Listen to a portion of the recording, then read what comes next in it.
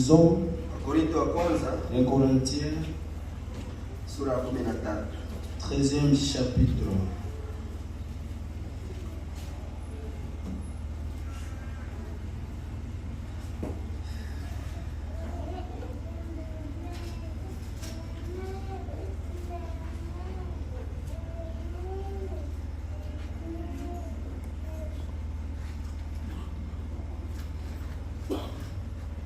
Some verse ya kwanza mpaka ya 3. Du premier au troisième verset.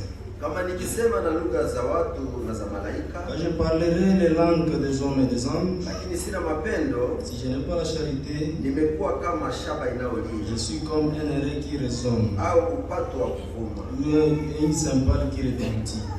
Na kama ikiwa nina unabii Et quand j'aurai les dons de prophétie, na kufahamu siri zote la science de tous les na mystères maarifa et yote, toutes les connaissances, na kama ikiwa nina imani yote, quand j'aurai même toute la foi, hata niwezi kuhamisha milima, jusqu'à transporter les montagnes, kama sina mapendo mimi si si je kitu. n'ai pas la charité, je ne suis rien.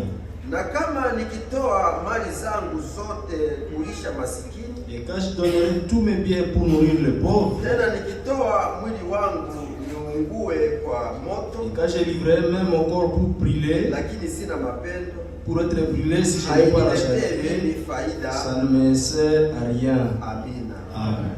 Ufalme Mungu Baba yetu, bariki neno lako, uje ukalitakase kwa ajili yetu. Amina. Uje wewe mwenyewe ukalihubiri, sababu neno hili halikubaliwa na matafsiri ya mtu kipekee. Kupitia vizazi vyote, ni wewe mwenyewe unayekuwa kutafsiri wa neno lako. Tunakualika Baba, sababu umetuahidia kwamba kwa siku za mwisho wewe mwenyewe utafundisha walio wako. Uje ukatufundishe. Uje Baba ukaseme kupitia kidogo na walio wakutu hata sauti yake. Na uje wewe mwenyewe ndani yetu Baba ukasikilize neno lako na masikio ya Roho. Kusudi tusikie, tuelewe, tupambanue Baba, tuwezi kupokea imani tunaposikia neno linatoka kwako. Amen. Tunakuomba hivi katika jina la Bwana Yesu Kristo. Amen. Amen. Utaketi. Nous allons nous asseoir. Ninasoma Mathayo sura ya 7. Je lis Matthieu chapitre 7.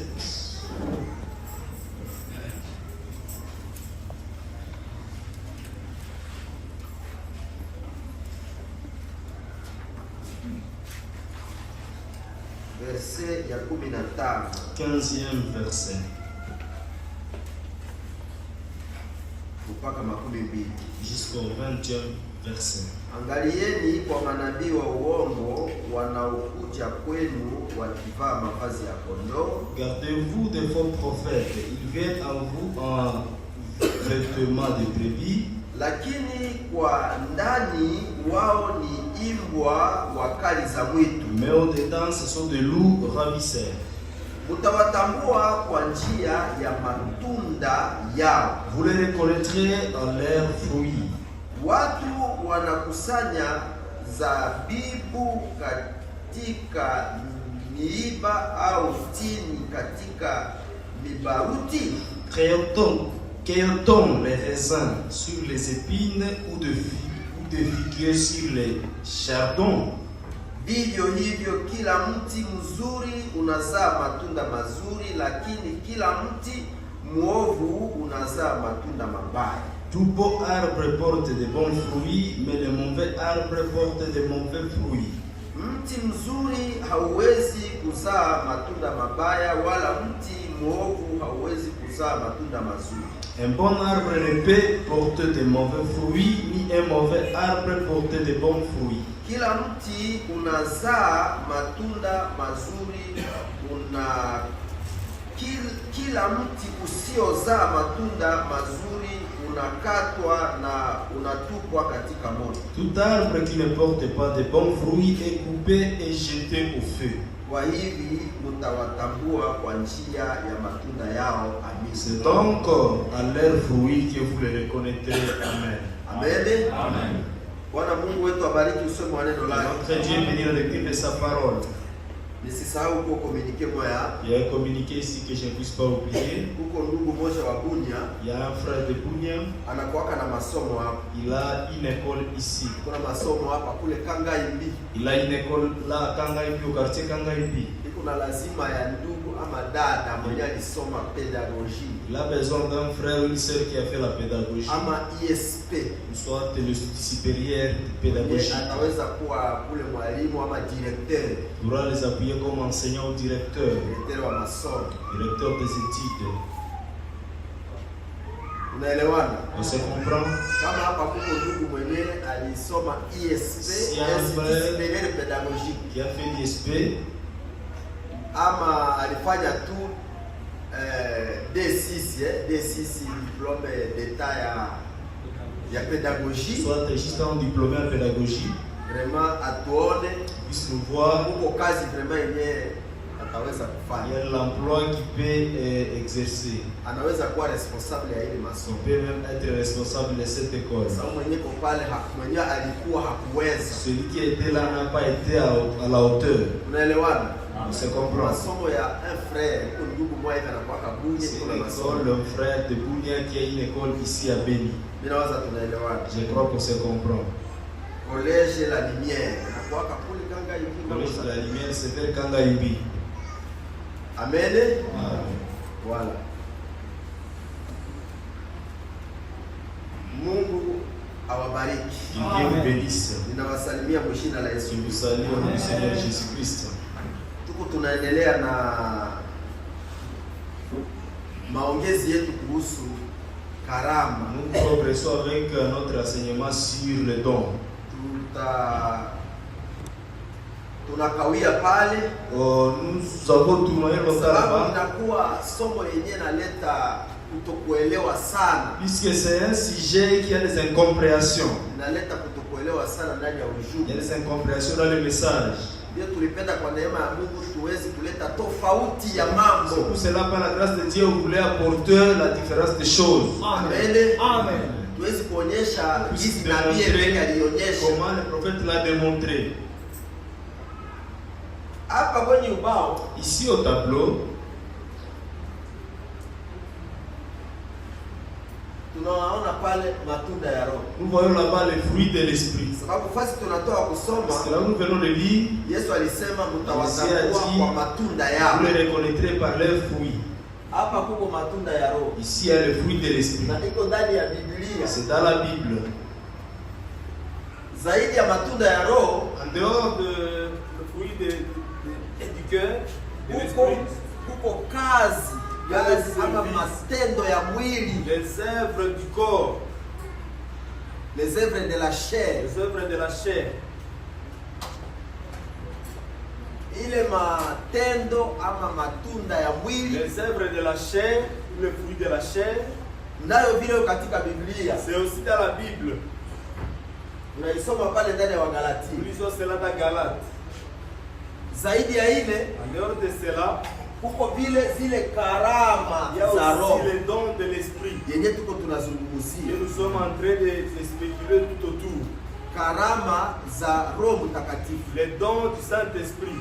Ni kusema kuko, c'est-à-dire il y a matunda ya Roho Mtakatifu, les fruits du Saint-Esprit yenye Mkristo anapasha kuwa nayo. Qu'un chrétien doit avoir. Unakuwa karama za Roho Mtakatifu. Il y a les dons du Saint-Esprit yenye Mkristo anapasha kuwa nayo. Que doit avoir un chrétien. Na kunakuwa matendo ama matunda ya mwili. Il y a les œuvres, soit le fruit de la chair. Hiyo Mkristo hawezi kuwa nayo. Le chrétien ne peut pas détenir cela. Wakati yenye mtu angali mpagani ndio anatawaliwaka na ile matunda ya mwili ama matendo ya mwili. Lorsqu'on est encore païen, c'est dans ce sens qu'on est encore dominé par le fruit, soit les œuvres de la chair. Ukishakuwa Mkristo kamili, après que tu sois tué de hautaongozwa tena kutokana na mwili vile Biblia inasema. À travers la chair, c'est ce que dit la Bible. Amen. Amen. Alors tutofautisha ile kitu. Maintenant nous devons différencier la chose. Tuone ya muhimu ni kitu gani. Qu'est-ce qui est important? Sababu mtu anaweza kujiwazia iko na kitu na hana hacho. Quelqu'un peut prétendre avoir la chose pendant qu'il n'en a pas. Ni vile ndiye ndugu Branham uko nasema. C'est façon que frère Branham le dit. Na unaweza kuwa na kitu yenye unatilia mkazo. Tu peux penser avoir la chose que tu insistes autour. Na haitakufaidiaka lolote. Ça ne te servira à rien. Unaikamata kama kuwa ile ndio wokovu yako. Tu prends comme ton salut. Na bado hauokoki. Et pourtant que tu n'es pas sauvé. Na ile ndio kunatuletea fujo ndani ya ujumbe. Ce qui nous met de confusion et bruit dans le message. Kutokujua ile tofauti. Le fait de ne pas savoir la différence. Amen. Amen. Tutasoma nabii. Nous allons lire les prophètes. Tutasoma mingi sana ndani ya nabii. Kama tumalize tutaendelea siku hii. Nous allons beaucoup lire si on ne termine pas, on va terminer la fois prochaine. Tukamate ndani ya mahubiri inayosema un paradoxe. Prenons dans la prédication qui parle de kitandawiti. Iko mahubiri ya le 1er août 63. Mwezi wa mnane siku moja mwaka wa 63. Tunaanzia pale. Nous commençons par là. Paragraphe 19-20. 19e paragraphe jusqu'au 20e. Mtajo yake ya 19 na 12. Et le père et la mère d'un garçon m'ont sollicité pour intervenir, pour mon intervention. Baba na mama kijana mmoja waliniita ili niwasaidie kwa jambo fulani. Et ils ont dit, na walisema, nous voulons savoir ce qui ne va pas chez notre garçon. Tunapenda tujue nini haendeki kwa kijana wetu. Eh bien, quelquefois, ce n'est pas facile à faire, mais on doit être honnête et sincère. Donc, ce jeune homme était un chrétien pour ce qui est d'être un croyant.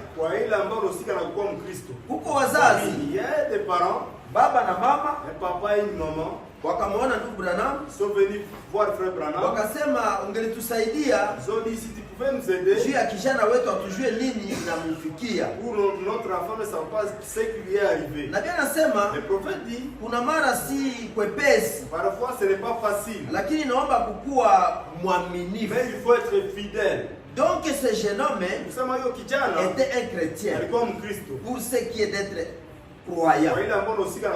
Alikuwa Mkristo kama vile kila muamini anaweza itwa Mkristo. Comme tout autre croyant peut être appelé chrétien. Il s'était repenti et avait été baptisé. Et il avait une place parmi les croyants. Faites bien. Très bien. Sababu wengi wanaishia pale. La majorité s'arrête. Anawaza kisha tu anabatiziwa. Anakuwa mwanamemba wa Goshene Tabernacle. Yeye amemaliza. Là il a fini. Hapana. Non. Mais cependant, il n'avait pas encore reçu le baptême du Saint-Esprit. Alitubwa na batizo, anakuwa mmoja wa kusanyiko. Il a fait partie de l'église. Lakini bado alikuwa hayabatiziwa na Roho Mtakatifu. Il n'était Mtakatifu. pas encore baptisé du Saint-Esprit. Peu importe combien il pensait l'avoir reçu. Aizuru mara ngapi aliwaza ameipokea. Yeye alikuwa anajiwazia kwamba amepokea Roho Mtakatifu. Il prétendait avoir reçu le Saint-Esprit. Lakini bado alikuwa hayapokea Roho Il Mtakatifu. n'avait pas encore reçu le Saint-Esprit. Et pensez que vous l'avez Ufikiria kwamba unayo et l'avoir na uko nayo sont des choses différentes. Kufikiria kwamba uko nayo na kuwa nayo iko vitu mbili mbalimbali. Wewe kufikiria kwamba uko na Roho Lorsque Mtakatifu tu penses que tu as le Saint-Esprit na kukuwa na Roho et Mtakatifu avoir le Saint-Esprit iko tofauti. sont deux choses différentes. Unaweza wazia uko Tu naye peux prétendre avoir na hauna hayo. pendant que tu n'en as pas. Tuko tunasikilizana. Ona wazia umeokoka Tu es sauvé na hauokoke na hauna hayo. pendant que tu n'en as pas. Yenye taacho na wazia ni nini? Ce qui fera ce que tu penses c'est Sasa quoi? zingine venye vitatendeka Peut-être ce qui va se passer au deuxième niveau. utajiwazia uko na Roho Tu peux Mtakatifu prétendre avoir le Saint-Esprit japokuwa hauna et hayo. pourtant tu n'en as pas. Hapa kunatendekaka vitu Ici se passe des choses yenye mwenye kuna Roho Mtakatifu pour la ataitenda personne qui a le Saint-Esprit na va le mwenye faire hana et ataitenda. celui qui n'en a pas aussi va le faire. Na hapa kumwili hapa Et ici sur la chair, mwenye kuna Roho Mtakatifu celui qui a le Saint-Esprit afanyake hivi vya ne mwili peut pas faire les choses de la chair. akavifanya S'il anatubu le iko fait, il sana. doit se repentir. C'est un péché. Amen. Amen. lakini mwenyewe hana Roho Mtakatifu Mais ndio maisha le yake, Saint-Esprit, c'est ça sa vie. na anaikamata kama kawaida, Il prend ça en ordinaire. ijapokuwa iko Et mkanisa. pourtant, il est dans l'église. Ndio maana Branham alisema kuko aina tatu ya Bakristo. Cela fait Branham a dit il y a 3 sortes de Kuko croyants. Bakristo ya mwili, Il y a les chrétiens de la chair, kuko Bakristo ya il roho, y a les chrétiens de l'esprit. kuko tunaelewana? Amen. Na kuko Bakristo ya nafsi, Il y a ya les ndani, chrétiens wenye de l'âme, bameokoka. les chrétiens qui sont sauvés. Hapa kuko baamini nusu, Ici, il y a des semi-croyants. hapa ni basio ya amini, Ici, ce sont des na incroyants. wote ni Bakristo. Et tous sont des chrétiens. Na bien nasema Le prophète dit, il se pourrait que vous soyez capable de manifester une certaine évidence inaonekana ya kwamba unaweza kuwa na uwezo wa kufanya kitu fulani d'une certaine émotion. ya hiyo kusisimuka fulani. Inawezekana unaweza kuonyesha kionyesho fulani hapa, Peut manifester quelque chose ici. mais Lakini si votre vie ne confirme pas ce que vous confessez avoir, kama nafsi yako haithibitishe ile ambayo unakiri, votre vie, maisha yako, mais si votre vie ne confirme pas ce que vous confessez avoir, maisha yako kama haioneshe ile ambayo unakiri kukuwa nayo, vous ne l'avez cependant pas. ni kusema hakika hauna nayo. Unaweza kuonyesha maonyesho fulani fulani hapa Peut montrer quelques manifestations ici. na unakiri ya kwamba Et tu sababu confesses umefanya que vile vitu puisque tu as fait ces uko na Roho choses, tu Mtakatifu, as le Saint-Esprit. ijapokuwa Et hauna pourtant, Roho tu n'as Mtakatifu. pas le hauna. Saint-Esprit. Peu importe les émotions, Haizuru msisimuko. les émotions c'est ici. Msisimuko ni hapa. Combien vous sautez? Mara ngapi unarukaruka ni hapa. Tuko tunaelewana? C'est comme ça. Vous courez, Unakimbia. vous avez des sensations, Uko na msisimuko.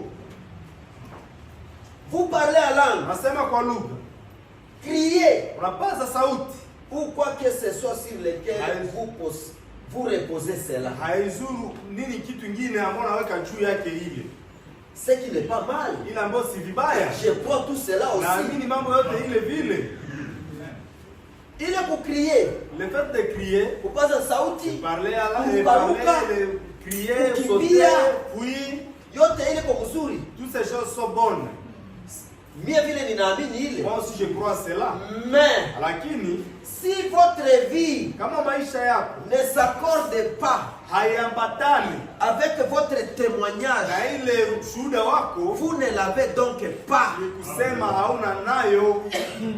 Kama maisha yako Si ta vie haiambatani na ile yenye uko ne unatuonyesha, s'accorde pas avec yenye ce uko que tu unaexhibe, manifestes, unazihirisha ile, ce que tu manifestes, ni kusema hauna c'est-à-dire roho, tu n'as pas l'esprit.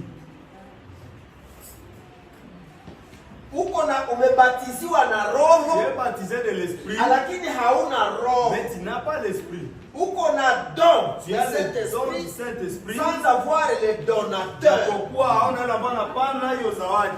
Ni kusema uko na hizo karama za roho, C'est-à-dire tu as le don de hii l'esprit. yote iko karama za roho. Tout ça sont les dons de l'esprit. Hata unafanya hivi Peu vyote, importe tu fais ama toutes ces unakuwa na choses, moya ya hivi yenye tunaona ça, hapa. tu as l'un de ceux que nous voyons ici. Uko pasteur, Tu es un pasteur, uko naifanya hapa, tu le fais ici. iko karama. C'est un don. Kama maisha yako Si ta vie, haionyeshe, ça ne montre, haisirishi ya ça kwamba ne uko manifeste pasteur, pas que tu es pasteur, ni kusema hauna mwenye alikupa karama. c'est-à-dire tu n'as pas le donateur. Uko na karama Yaani lakini don. hauna mwenye alikupa Tu n'as karama. pas de donateur.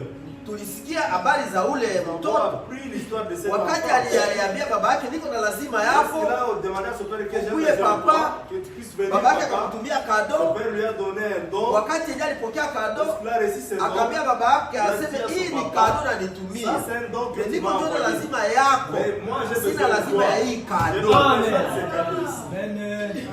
Unaweza kuwa na karama ya Roho Mtakatifu na hauna Tu Roho peux avoir Mtakatifu. le don du Saint-Esprit pendant que tu n'as pas de Saint-Esprit. Enye taonesha kizi hauna Roho Ce qui Mtakatifu va typifier que tu n'as pas de sababu Saint-Esprit. maisha yako Puisque ta vie haionyeshe matunda ya Roho le Mtakatifu. fruit du Saint-Esprit haionyeshe matunda ya ne Roho Mtakatifu. manifeste pas le fruit du Saint-Esprit. Wakati maisha yako Lorsque ta vie, ishapokuwa uko na hizi zawadi yote ya Roho tous Mtakatifu, ces dons du Saint-Esprit, haionyeshe ça ne typifie matunda pas ya Roho le Mtakatifu, fruit du ni Saint-Esprit. kusema hauna Roho C'est-à-dire, Mtakatifu. tu n'as pas de Saint-Esprit. Uko ndio na karama Il yake, y a son don, uko na zawadi ya Roho Mtakatifu, lakini tu hauna as Roho le don du Mtakatifu. Saint-Esprit, mais tu n'as pas de Saint-Esprit.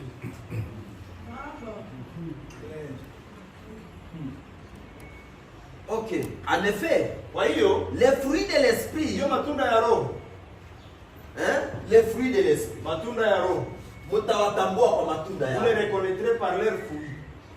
Matunda ya Le Roho fruit de l'Esprit confirme inathibitisha ce que vous êtes, ile ambayo uko. tout comme les fruits Kama tu vile matunda de n'importe quel ya arbre sio mti gani, montre ce qu'est cet arbre. inaonyesha hiyo mti ni nini. Jésus a dit, Yesu alisema c'est à leurs fruits kupitia matunda que yao vous les ndio reconnaîtrez. mtawatambua. Tunaelewa? Est-ce qu'on comprend? Hata utazihirisha Wewe hizo wote tu vas manifester ces karama choses, zote za les Roho, dons de l'Esprit. kama maisha yako Si ta vie haizihirishe ne hizo manifeste matunda ya pas Roho, le fruit de l'Esprit, ni kusema hauna Roho. c'est-à-dire tu n'as pas l'Esprit. Vous avez les dons, Uko na zawadi, mais vous n'avez pas les donateurs. lakini hauna na maana hapana zawadi. Et vous êtes toujours perdus. Na unapotea, Vous n'êtes pas sauvés. hauokolewe.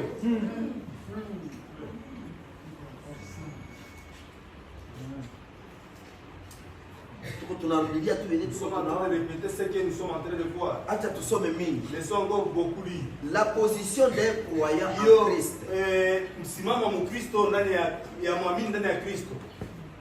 27 février 55. 27 mwezi wa pili 65. Makumi tano na tano. Le 27 février 1955. Maintenant, Sasa la première chose que nous aimerions savoir kitu ya kwanza ambayo tupenda tujue est celle-ci. ni hii.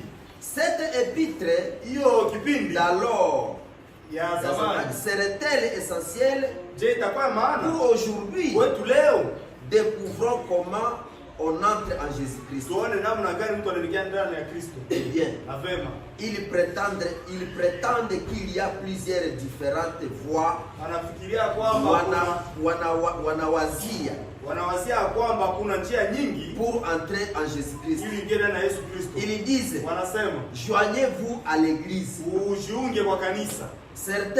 Certains disent, Wamoja si wanasema vous croyez. kama unaamini, Et certains font une dose ou une chose ou une autre. na wengine wanafanya kitu fulani ama ingine. Certains croient que c'est par le baptême. Wengi wanawaza ni kupitia ubatizo, Certains croient que c'est la communion. wengine wanawaza ni ushirika. Mais Lakini 1 Corinthiens 12 dit, Wakorintho wa kwanza 12 par un nasema seul esprit, kupitia roho moja nous avons tous été baptisés sote tumebatizwa pour former un seul corps, ili tufanye mwili moja, qui est le corps de Christ, ila ambao ni mwili wa Kristo, le corps des croyants. hiyo mwili wa Mkristo. Voyez-vous cela? Waona ile Par quoi?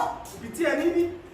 Pas par une poignée de main, Hapana kupitia kusalimiana pas tu, par un mode de baptême, hapana kupitia kipindi cha ubatizo, pas par une sensation, hapana kupitia msisimuko, mais par un esprit, lakini kupitia roho, le grand esprit. hiyo roho kubwa.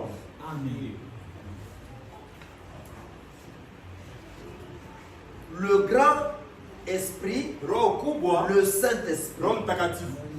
Par un seul esprit, Kupitia roho moja nous sommes baptisés dans un seul corps, tunabatizwa ndani ya mwili moja qui est le corps du Seigneur Jésus-Christ. ambao ni mwili wa Bwana Yesu Kristo.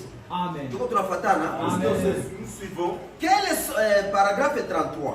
Makumi matatu na tatu. Tunamaliza 32 tusome 33. Terminons 32 au 20. Quels sont les fruits de l'esprit? Matunda ya roho ni nini sasa? Nous avons planté cela sur base de l'appartenance à une église. Tulipanda ile kwa sababu unaonyesha kwamba uko mwanamemba wa kanisa fulani. Matunda za roho ndio nini? Qu'est-ce que sont les fruits de l'esprit? Si tulipanda ile Nous avons matunda planté cela, ya roho les fruits de l'esprit, kwa kuambatana kwa kujiunga kwa kanisa fulani. c'est assinissa une église quelconque. Wakati unakuwa mmoja wa Goshene Tabernacle, unawaza umepanda matunda ya On va roho, savoir semer le fruit de l'esprit. uko nayo. Tiana. Nous avons semé cela par des cris, Tulipanda ile kupitia kupaza sauti, par de la démonstration de nos œuvres. kupitia mziriko wa matendo yetu. Mais Lakini le fruit de l'esprit, matunda ya Roho c'est premièrement mara kwanza l'amour. ni upendo. Haiko kujiunga mkanisa fulani ndio unaonesha gizo kuna matunda ya Roho. Hapana. Matunda ya Roho ya kwanza ni la première chose, mapendo. c'est l'amour. Aimer qui? Kupenda nani? C'est donc quand vous aimez ceux qui sont méprisables. Wakati tunapenda wale wazarauliwa. Tuko tunaelewana? Comprenons.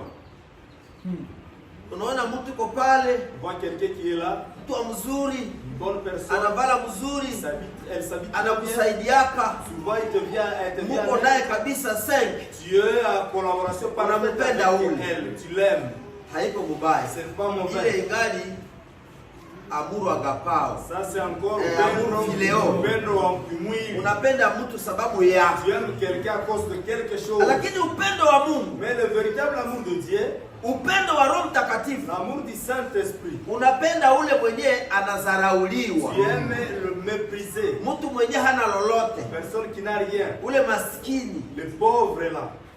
Aimer qui? Upenda nani? C'est donc quand vous aimez ceux qui sont méprisables, Wakati tunapenda wale ambao wanadharauliwa. c'est l'esprit de Christ. Ile ndio roho ya Kristo. Roho ya Kristo inakupenda mtu mwenye Aime la watu personne. hawamjali yake. La personne méprisée. L'amour, Upendo, la joie, furaha, la paix, amani, la bonté, hiyo uwema, la douceur, hiyo upole, la gentillesse, hiyo hali nzuri kwa mwingine, la patience. hiyo uvumilivu. Ce sont là les fruits de l'esprit. Zile ndio matunda ya Roho. Matunda ya Roho njoo Le hiyo. fruit de l'esprit, le voilà. Hapa nabii anayenimere tu kwa vile temperance, Là où la tempérance, iko Bible, ça c'est la Bible. fidélité, Hiyo uaminifu, benignité, hiyo hali nzuri hali nzuri ya yenye haiwezi kukwaza mtu. Tuko tunaelewana? Zile ndio matunda ya Roho. ce sont là les fruits de l'esprit. Mtawatambua kwa matunda yao. Vous les reconnaîtrez par leur Mtambua wa nani? qui reconnaît Wakristo wa kweli le véritable chrétien na wale Wakristo tu wa midomo. et le chrétien de la bouche, de langage. Mwenye anazalisha hii matunda mu maisha yake. Celui qui fait engendrer ce fruit dans sa vie. Ule ndio Mkristo wa C'est lui kweli. le véritable chrétien. Mwenye naokoka. Celui qui est sauvé. Mwenye iko na mpana zawadi. Celui qui a le donateur. Ule ndio iko na Mungu. Celui qui a Dieu. Sababu anazalisha matunda ya Roho. Puisqu'il fait engendrer le fruit de l'esprit. Lakini hata ufanye vitu ngapi, hata ufanye hizo karama. Tout ce que tu peux faire le Na hii matunda ya Roho haionekane mu maisha yako. n'est pas manifesté dans ta vie. Haitoke mule ndani ya ndani yako. De l'intérieur de toi. Kusema hauna Mungu. C'est-à-dire tu n'as pas Dieu. Ungali unaweza tu kupotea. Tu peux toutefois être Ijapokuwa hizo karama zote. dans tous ces dons ici. Karama 9 na huduma Les 5. dons et les 5 ministères. Utaitendesha Tu peux le faire zéro. kama hauna Mungu Tu ndani n'as yako. pas Dieu à toi. Na tutajua kama uko na Mungu ndani Nous yako saurons que tu as Dieu à wakati toi. unakuwa na zile matunda za Roho. Lorsque tu as le fruit de Sababu l'esprit. Mungu ndio Roho. Puisque Dieu est esprit. Tulishazima ile tuliviandika. Quand déjà effacé, c'était écrit là-bas. 34.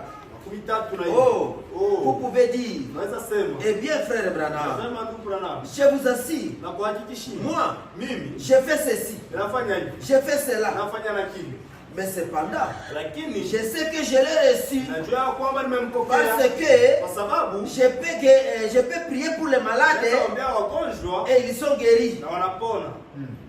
Marc 16. Marko 16. Ndugu Branham, mimi najua niko na Moi je Mungu. sais que j'ai Dieu.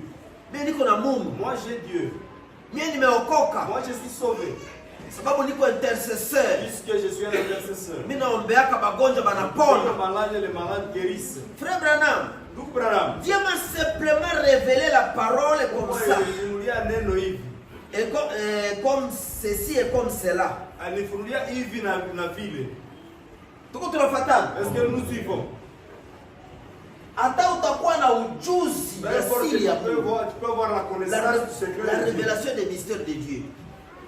Wewe unasema mimi Mungu amenifunulia neno ndugu Branham. Dieu m'a révélé la parole, frère Branham. Et j'ai la connaissance de la parole. Na nina ujuzi wa neno. Connaissance. Vous êtes dans l'erreur. Uko ndani ya kosa. Ile haikufanye ke uko na Mungu. Cela ne te fait pas avoir Dieu. Kama kunajiwazia hivi uko ndani ya kosa. C'est-à-dire tu es dans une erreur. J'ai guéri les malades. Je parle la langue. Nasema kwa lugha. J'ai fait toutes ces choses. Nafanya mambo yote. Je chasse les démons. Kuza mapepo. Jésus a dit, Yesu alisema, plusieurs viendront à wengi moi watakuja kwangu en ce jour-là ile siku. avec cette même histoire. Na hiyo hadithi tu. Hii yote ingali histoire. C'est encore une Kama histoire. hauna matunda ya roho, Si tu n'as pas le vrai, iko histoire. c'est une histoire. Hii niko nafanya hapa iko Ce que histoire. je viens de faire, c'est une Kama histoire. matunda ya roho, C'est le fruit de l'esprit. kama roho ya Si la Mungu Mungu sina hayo ndani ya nafsi Je yangu. ne l'ai pas dans mon âme. Seigneur, Bwana, n'ai-je pas chassé les démons? Yesu fukuza mapepo, N'ai-je pas prophétisé utabiri en ton nom? kwa jina lako. N'ai-je pas fait beaucoup de puissantes œuvres? Fanya makazi mengi kubwa kubwa. Les puissantes œuvres, Joyce. Makazi kubwa. Tuko naenda kuona fasi yenye hii Nous allons voir iko puissance yenye Mungu anakupa juu utendeshe kazi fulani que fulani. puisse œuvrer le travail, l'œuvre quelconque. Amen. Et j'ai la et alors Na hivi je leur dirai, nitawaambiana, retirez-vous de moi, ondokeni vous kwangu, vieux d'iniquité. ninyi watenda maovu, Je ne vous connais pas. siwajui. Cela change un peu d'image. Tena badilisha N'est-ce pas, frère? sio ndugu. Mungu wakati yenye hauna roho yake ndani yako Son esprit haya kushwaka kamwe. n'a jamais connu. Ijapokuwa Et pourtant, alikubatiza avait baptisé, ukajazwa, tu as été rempli, ukarukaruka, tu as sauté, ukapaza sauti, tu as poussé des cris, ukahubiri, tu as prêché, ukafanya nini, tu ukafukuza as mapepo. fait, cela t'a chassé Wakati les wowote démons. À tout moment, tout temps, moyo wako, ton esprit, ton cœur, c'est dans ton cœur qu'il y a l'âme. ndani ya roho yako ndio kuna nafsi. Banasiasa banasema ndani ya moyo kuko nafasi moya yenye kuko vide. Dans le cœur, il y a une partie vide. Pale ndio nafsi iko. C'est là où se trouve l'âme. Pale ndio Mungu anaenda C'est là kuikala. où Dieu réside. Ndio pale ndio kuko imani. C'est là où il y a la foi. Pale ndio kuko C'est là neno. où il y a la parole. Wakati yote pale Mungu hayaikalaka. À tout moment, Dieu n'est pas Roho encore là. Mtakatifu hayaikalaka Le pale. Saint-Esprit n'est pas encore installé là-bas. Mungu hayakujua. Dieu ne t'a jamais connu. Hata ulifanya ile matendo ya Peu ajabu. importe que tu as fait toutes ces œuvres mystérieuses. 35. Makumi tatu na tano. Tuko ndani ya la position d'un croyant en Christ. Nous sommes dans msimamo wa Mkristo kwa Kristo. Ndio kwanza ile ndio somo yetu. C'est ça notre sujet. Msimamo gani tuko nayo ndani ya Quelle imani? position avons-nous dans la foi? Est-ce que tunaishia hapa? Est-ce que nous arrêtons ici? Kama tunaishia hapa iko Nous msimamo arrêtons mbaya. ici, c'est une mauvaise position.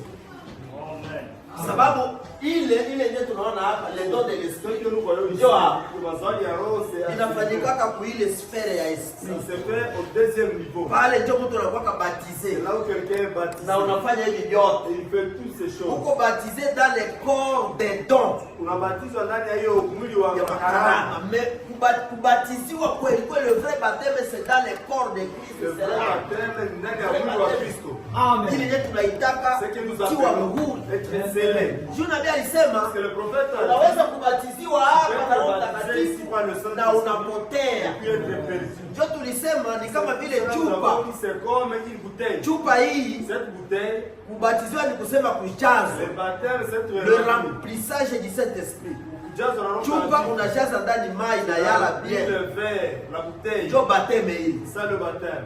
Lakini ile chupa Mais c'est ikaanguka ça se renverse. na mai yote, roho yote natoka ndani L'eau va quitter l'esprit. na unapotea, sababu wewe ndio chupa, wewe ndio vazi. C'est toi qui es la bouteille. Lakini kama ile chupa inajaa mai, Mais si la bouteille est remplie d'eau, kisha yulu yake unapewa unatia so Et puis tu viens tu scelles. Unatia muhuri, unatia capuchon na capsulaire. Même couchon. Pale hii hata yanguke, C'est-à-dire si ça tombe, haiwezi kupoteza roho yenyewe ndani. Paulo anasema umetiwa muhuri vous avez été scellé mpaka siku ya ukombozi. Kama unaanguka unakasirisha Roho Mtakatifu mwenyewe kwa ndani. Na unatubu, unasamehewa sababu uko sele.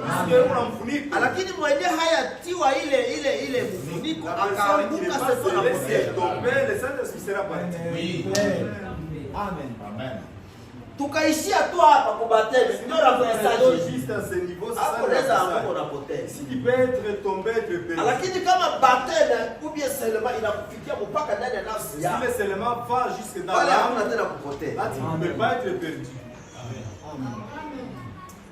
Sababu ile iko Mungu alikifanya kimbele. Parce que ça, Dieu le fait dès avant la fondation du C'est monde. une prédestination. Hiyo kuchaguliwa mbele. Ile ndio tungejivunia. C'est qu'on devrait se vanter pour. Na wakati deja uko mwa ile hali, mwa ile position, Lorsque tu es dans cette position, matunda ya mwili le fruit de la chair, hii ça ici, haiko tena. il n'y en a pas. Mwili La chair, balio na roho ya Kristo ceux qui ont l'esprit de Christ habaongozwe tena na mwili. ne sont pas conduits par Sababu mwili iko la na chair. tamaa tofauti na ile ya Parce roho. que la chair a des désirs différents par rapport à celle de l'âme. Ne considérez jamais un homme Aussi, kamate mtu par les signes qu'il peut accomplir. pia alama ambayo anapasha tendesha C'est là où il n'est rien. ni pale ndiye haiko kitu. Unaona alama fulani yenyewe kuna anatendesha. Tu vois les différences. Tazama alama hizo zitafuatana na watakao niamini. Kwa jina langu watafanya hivyo. Kwa jina langu. Hata mtu anafanya vile, hapana kumkonsidere sababu ya ile. Hapana. Non. Sababu haiyakuwa bado kitu. Puisque ça ce n'est jusque là rien. Il peut guérir les malades. Anaweza kuonyesha wagonjwa. Il peut avoir des dons de prophétie. Anapasha kuwa na zawadi ya Roho Mtakatifu. Il peut avoir toute la connaissance. Anaweza kuwa na ujuzi wote. Paul dit, Paulo anasema quand j'ai parlé les langues des hommes wakati utasema lugha ya watu et des anges, na malaika. nitakaposema lugha za watu na za malaika, Les langues des hommes et des anges. quand j'aurai la science de tous les mystères de Dieu, Wakati itakuwa na sayansi ya siri yote ya Mungu. quand je serai détenteur d'un doctorat en théologie, Wakati nitakuwa nimepata hiyo cheti ya doktora kwa teolojia, d'un doctorat d'état, hiyo doktora ya inji, quoi que ce soit, haizuru nini, j'ai la science de tous les mystères de Dieu, niko na hiyo ujuzi wa siri yote ya Mungu, j'ai la foi pour transporter les montagnes, niko na imani ya kubeba milima, mais si je n'ai pas l'amour, lakini kama sina upendo, je ne suis rien. mimi si kitu. Kama huku ndani hauna Si Mungu, à l'intérieur tu n'as hata pas Dieu, utazihirisha, peu importe tu vas manifester. utaexibe, unatendesha zile karama zote Tous ces dons ici, muroho yako. dans ton cœur, Kama mule ndani ya nafsi yako hauna dans Mungu, ton âme tu n'as pas Dieu. haufanye kitu. Tu ne fais rien. Watu watakutapa, Les gens vont te watakuinua, vanter, vont te watakuita lever, huku na kule, vont t'appeler ici et là. lakini utapoteaka tu. Mais en effet, tu seras perdu. En fait, tu seras perdu. Alors que Paulo anasema, Japokuwa Paul là entre les j'ai dire, fait tout à cause de l'évangile nafanya yote kwa ajili ya injili, afin d'y avoir part. ili nami niwe na sehemu. Mimi nafanya yote maana najikaza namna Je yote. vais tout faire de mon Nikisha Dieu. hubiri wengine Je vais avoir prêché na les mimi autres. nisiendeke kukataliwa. Pour ne pas être refusé. Paulo anasema ile, C'est que dit Paul. même si j'ai parlé les langues des hommes Hata kama alisema lugha za watu et des anges, na za malaika, même si j'ai crié hata kama nilipaza sauti et que j'ai dansé en na esprit, nilicheza ndani ya roho, même si j'ai fait toutes ces hata choses kama nilifanya mambo haya yote et que j'ai la connaissance, na niko na ujuzi, je peux comprendre les mystères de naweza Dieu. elewa siri ya Mungu. Quand j'aurai la prophétie Wakati alikuwa na et unabii, que je peux prophétiser dans la langue des hommes, lugha ndani ya lugha za watu, malgré toutes ces choses, lazima mambo hiyo yote je ne suis rien. mimi si kitu. À moins que, Ila tu à moins que premièrement, kama tu niko kwanza, Dieu qui aime Mungu ambaye anapenda habite dans mon cœur Aishi ndani ya roho yangu. et produise les fruits Na de l'esprit. anazalisha matunda ya roho. Amen. Mbele kwanza Mungu aikale ndani ya moyo Des wangu, choses que Dieu habite dans mon cœur. na wakati ko ndani ya moyo wangu azalishe matunda ya roho. Ndio pale mimi naweza kufanya hivi na vinahesabiwa. Être compté. Amen. Amen. Mungu ananifanya. Amen. La prophétie, Unabii c'est bon. ni Parler à langue, sema kwa lugha c'est bien. ni mzuri. Le fait d'interpréter, Hiyo kutafsiri c'est bien. ni mzuri. Pousser des cris, Kupasa sauti c'est bien. ni mzuri.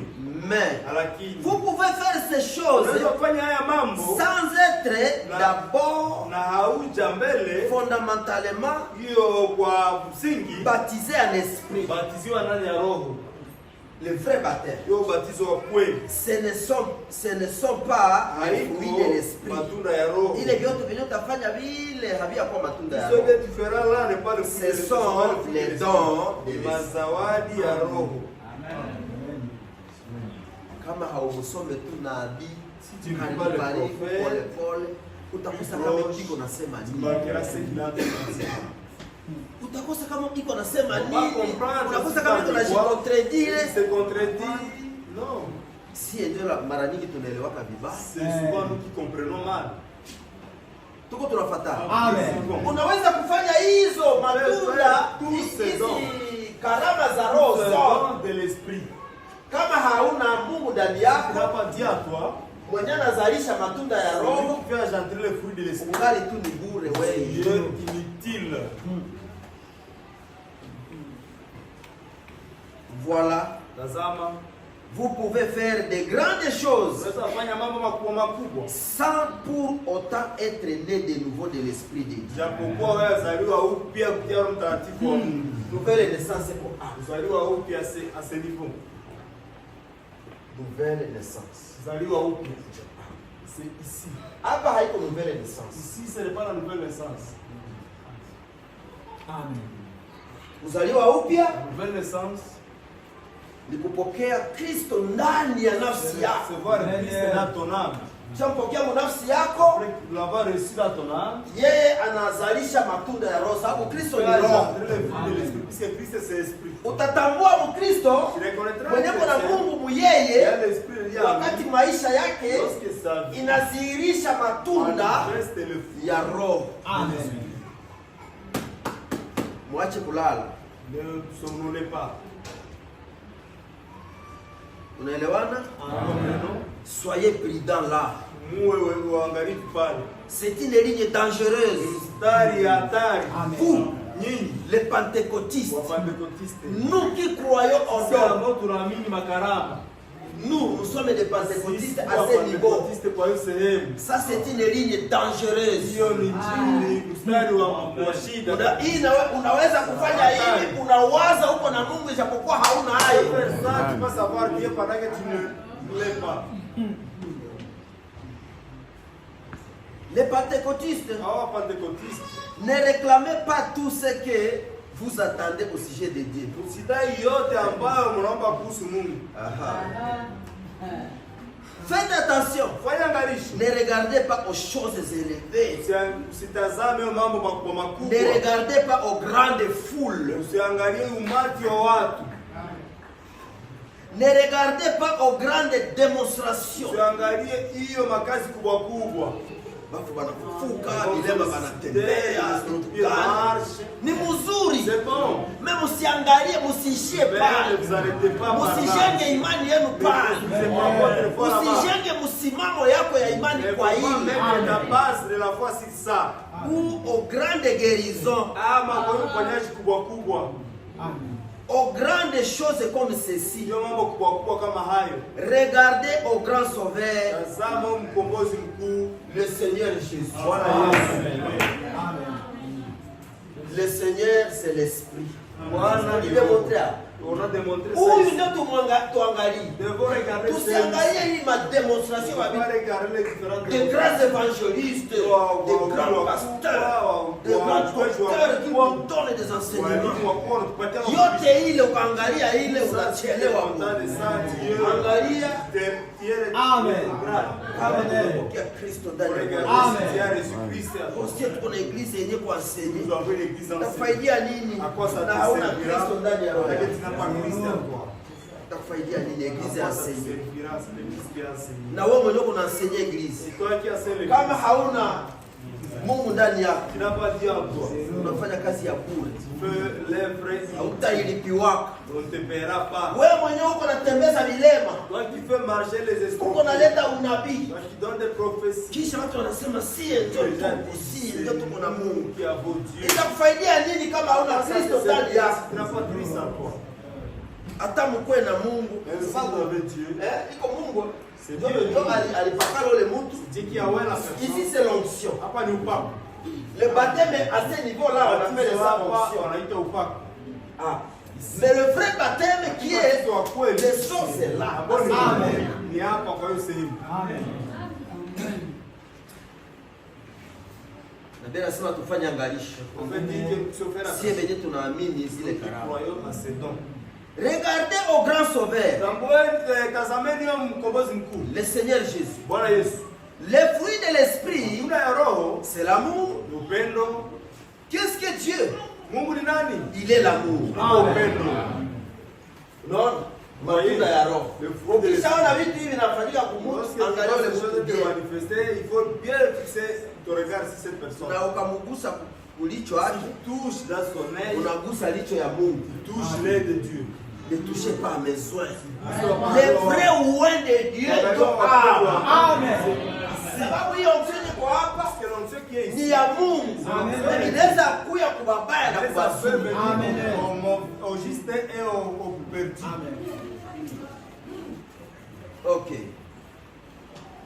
Et si vous ne pouvez pas aimer votre ennemi, Kama usipenda adui yako, peu importe ce qu'il dit de vous, haizuri yote ambayo anasema juu yako, votre voisin, huyo jirani yako, peu importe ce qu'il dit de vous, hata azuri anasema ni kuhusu wewe, si dans votre kama cœur, ndani ya moyo wako pas de vos lèvres, hapana kupitia tu midomo, pas avec votre connaissance, hapana kupitia tu ujuzi, qui vous ferait agir comme un chrétien, utafanya utende kama Mkristo, sans regarder ce que vous dites, bila kutazama ile ambayo unasema. alors il est temps Sasa ni de wakati venir à l'autel. ya kuja hapa sakafuni.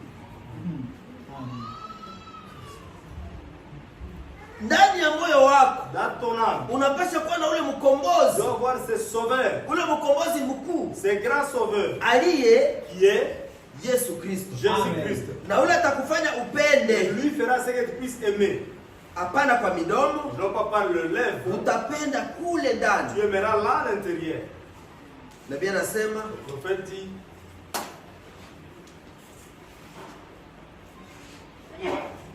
et vous ne pouvez, il est l'amour. iko upendo. Et si vous ne pouvez pas aimer votre Na ennemi, kama usipenda adui yako, c'est que vous ne l'avez pas. ni kusema hauna naye. Upendo wa Mungu, L'amour de Dieu, upendo agapao. l'amour agapao. Peu importe ce qu'il dit de vous, Haizuru nini anasema juu yako. ule adui yako atana Umemtendea, anachafua, n'importe il te sale, amekusumbua. il te déranger. Votre voisin, Ule jirani yako, Amen. peu importe ce qu'il dit de vous, haizuru nini anasema kuhusu wewe. upende. Emele. Upendo wa Mungu njoo hili. Voilà l'amour de Kuwa na Dieu. Kristo mu maisha njoo Avoir hili. Christ dans la vie, voilà. Ah, ça ce n'est pas facile. Hiyo haiko rahisi. Voisin ameshakutia Jirani amekusumbua, itakuderange. kama ni voisin wa parcelle, Si c'est le voisin, kama ni voisin wa la shamba, parcelle soit de chat, amekutia mal à l'aise. il t'a mis mal à l'aise. Kama kuna Kristo ndani Tu yako, as Christ à toi, umupende. il faut l'aimer. Upendo wa Mungu. C'est ça l'amour de Dieu. Peu importe ce qu'il dit de vous, Haizuru nini anasema kuhusu wewe. si dans votre cœur, Kama ndani ya moyo wako, pas de vos lèvres, hapana kutia tu midomo, pas avec votre connaissance, hapana kutia tu ujuzi wako, qui vous ferait agir comme un ndio Dieu. utafanya utende kama Mkristo. Midomo yako Dans tes lèvres,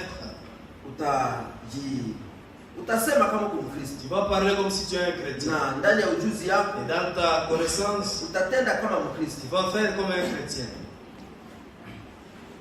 Alors, Ça.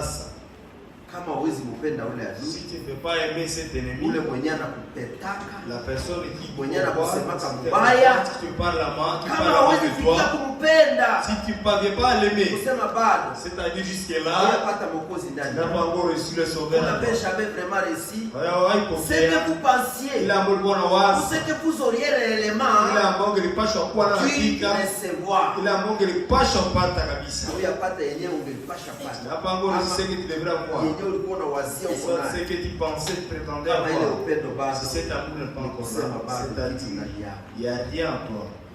Mais Lakini, mon très aimable bien-aimé frère, mpendwa wangu ndugu, je ne fais pas ceci pour me singulariser. sifanye ile juu nijitie kando. Tunaelewana? Est-ce que nous comprenons? Kwa mtu mmoja atakuya Il y a anasema quelqu'un qui va venir et dire, ule iko c'est nasema là, vile vyote il sababu parle de yeye cela, hana. puisque lui n'en a pas, Yeye lui hana. n'en a pas, Ameshiinua. il s'est élevé, Ameshiona kama yeye ndio yote wengine parce que c'est lui hawakuwake. qui est, tous les autres n'existent pas. Abraham anawahi Mais kusema la frère Branham dit, siseme siku naeleza je hivi ne parle vyote pas toutes ces tu choses nijifanye mie ndio niko wa pour me kipekee. séculariser. Hapana, Non, je fais ceci c'est nafanya hivi parce que vous croyez. kwa sababu mnaamini. Amen. Je fais ceci parce que Nafanya hivi kwa je sais sababu que vous m'aimez. najua kama mnanipenda. Et vous avez vu l'Esprit de Dieu à l'œuvre. Umeona roho ya Mungu kitenda.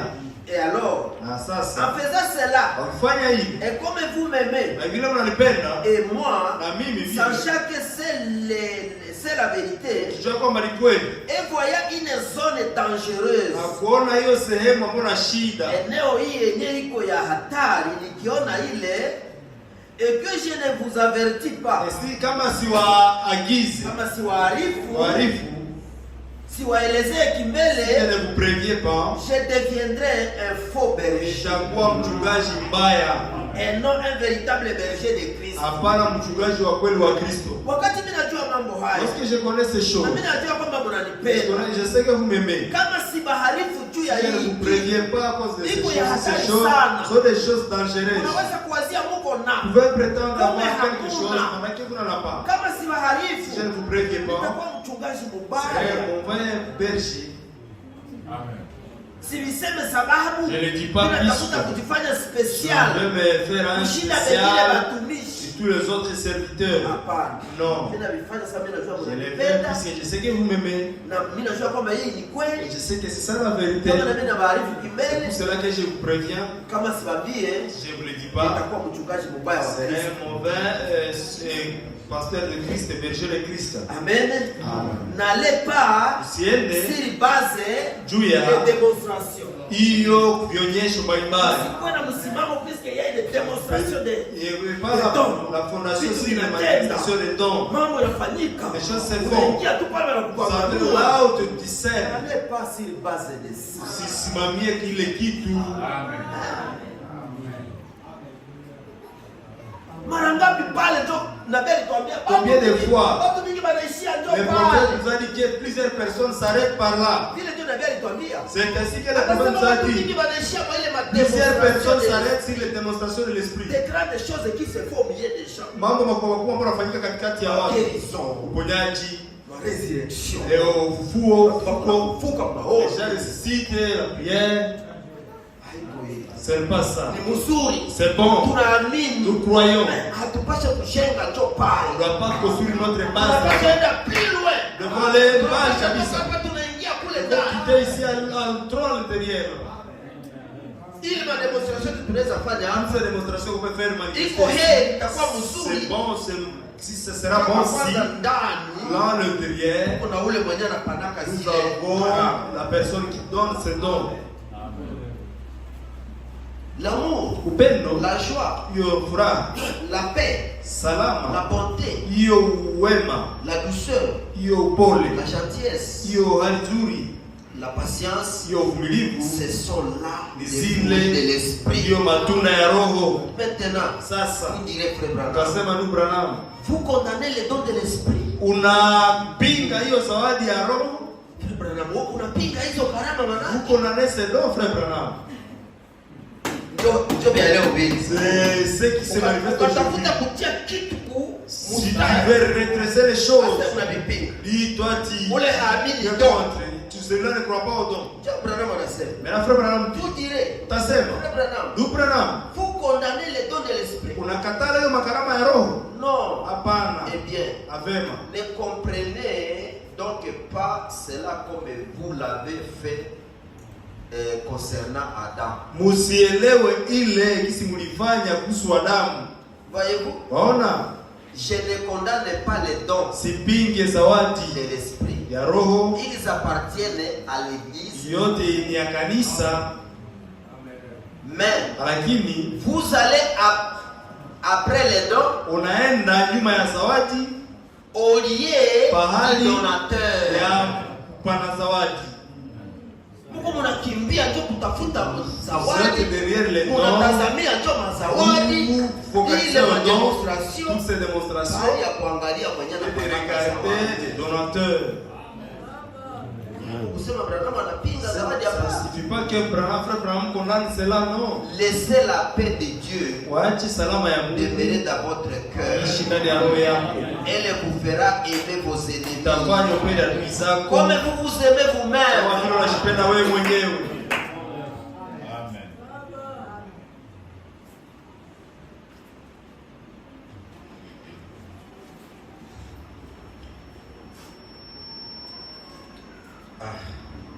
Tusome ndani ya vous devez naître de nouveau. Ulisota unapashwa zaliwa upya. Pashazaliwa upya. Some citation moja pale. Ulizo un paragraphe 129b. 129 sehemu ya pili. Et vous voilà, frères pentecôtistes, Natazama hao ndugu mpentekotista avec des fausses trompes, na hiyo vitu vibaya vitatata, avec des fausses sensations, na hiyo kusisimuka ya uongo, et vous dites à un homme, na unaambia mtu, et vous dites à un homme qu'il a le Saint-Esprit na unaambia mtu kuna Roho Mtakatifu parce qu'il parle à kwa langue. sababu anasema kwa lugha. J'ai vu des démons parler à langue. Niliona mapepo ikisema kwa lugha. J'ai vu des crayons se dresser Niliona hiyo makreo et ikaandika écrire dans les langues inconnues. hiyo makalamu zishikamata zote zenyewe na zikaandika kwa hiyo lugha ambayo isijulikane. Cela ne signifie rien. Ile yamaanishe kitu. Vous voyez? Unaona? Il s'agit de la Inahusika vie. na uzima. De la vie. Uzima. La vie c'est Dieu. Uzima ni Mungu. La vie, Uzima ce sont les fruits de ni matunda l'esprit. ya roho. Il s'agit de la vie. Inahusika na uzima. Pas les dons. Hapana makarama. Tu peux avoir la vie sans avoir les Unaweza kuwa na dons. makarama naona unaweza kuwa na uzima na hauna karama. Ndio. Hii Sana leta kwenye nataka. donne à celui qui veut. Kama ukuzaliwaka Ce naye. qui n'était pas né avec. Havitatendeka Ça maisha ne yako. sera jamais manifesté dans ta Si vie. tuliisoma. La voli. Fasi vile nabii anasema Un autre unaweza kuitenda tu mara moja kwa maisha yako inaishia kule. il faut la ta vie, c'est tout. Anakutumikisha tu na profesi moja hapa. Utilise avec une Mara moja prophétie. tu maisha yako. Une basi. fois la vie. Kama wote waza uisha kwa baadhi ya Si wote. tu penses Ile que ile yote ile les kwa babas, wewe uko na tout tifani. cela serait toi qui as nécessité cela. Cela ne signifie rien. Ila imaanishe kitu. Vous voyez? Unaona? Il s'agit de la vie. Inahusika na uzima. Vous les reconnaîtrez à leur vie. Utamtambua kutokana na matunda yake. C'est ça la vie. Hiyo ndio uzima. Frère Branham. Ndugu Branham, Croyez-vous parler à langue? unaamini kusema kwa lugha? Oui, monsieur. Ndio bwana. Croyez-vous au fait de pousser des cris? Unaamini kupiga pasi sauti? Oui, monsieur. Ndio bwana. En tant que chrétien, Kama Mkristo je crois cela. naamini hilo.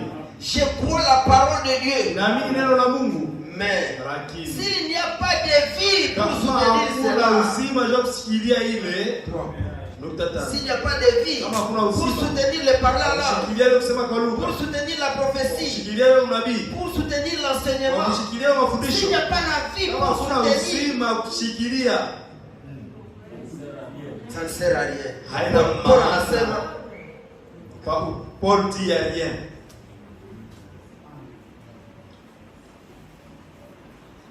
nous devons être en position. tunapasha kuwa na msimamo. Tunapasha jua mambo haya. Nous devons connaître ces choses Sababu ni ya kwetu. puisque ce sont des choses véritables. Tusome les noces de l'agneau. Izoda karamu ya mwana kondoo. 21 janvier 62. Makumi mbili na moja mwezi wa kwanza makumi sita na mbili. Vous devez naître de nouveau kwa ya 31 décembre 61. Quand unajua date ndio unatafuta kambio. Lorsque tu Kama ni ndani ya telefone ou bien brochure unatafuta tu date unaipata mara moja. chercher directement dans l'application soit dans un brochure. Les noces de l'agneau 21 janvier 62. Karamu ya mwana kondoo 100 mwezi wa kwanza makumi sita na mbili. Je crois au baptême du Saint-Esprit. Naamini ubatizo wa Roho Mtakatifu. Je crois au parler à langue. Naamini kusema kwa lugha. Mais je pense que Lakini nafikiria kwamba nous mettons trop l'accent là-dessus. mara nyingi tunatazamia ile sana.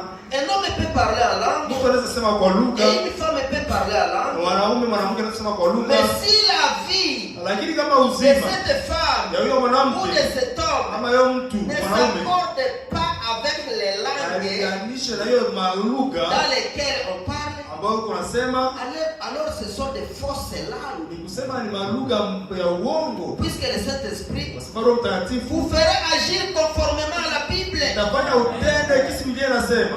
Il va vous amener à la pleine stature de Christ. Atakuleta ufikio hali kamilifu ya Kristo.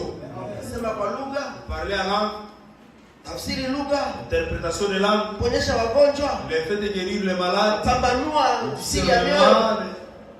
le secret de l'âme. Kama maisha yako Mais si ta vie haishuhudie ile kazi uko nafanya. témoigne pas ce que tu es en train de faire. Nabii anasema nini? Le prophète dit quoi? Ce sont des fausses langues, Ni malugha za des uongo, fausses prophéties, ni maunabii ya uongo, des fausses guérisons. ni maponyaji ya uongo. Il y a une guérison bien sûr, Kulikuwa uponyaji mais kweli, c'est des limitations. lakini uigaji. Uko naiga sababu ndani yako hamuna Si kitu, à toi il n'y a rien, hamuna uzima ndani il n'y a yako. pas la vie à toi. Maisha yako Dans ta vie, haizale matunda ya ne Roho. manifeste pas les Ile fruits uko de unafanya l'esprit. pale, Tout ce que tu uko fais, unafanya kazi yenye Mkristo wa kweli angelipasha fais kufanya. Uko ce mwigaji. travail qu'un véritable chrétien devait faire. Tu es imitateur.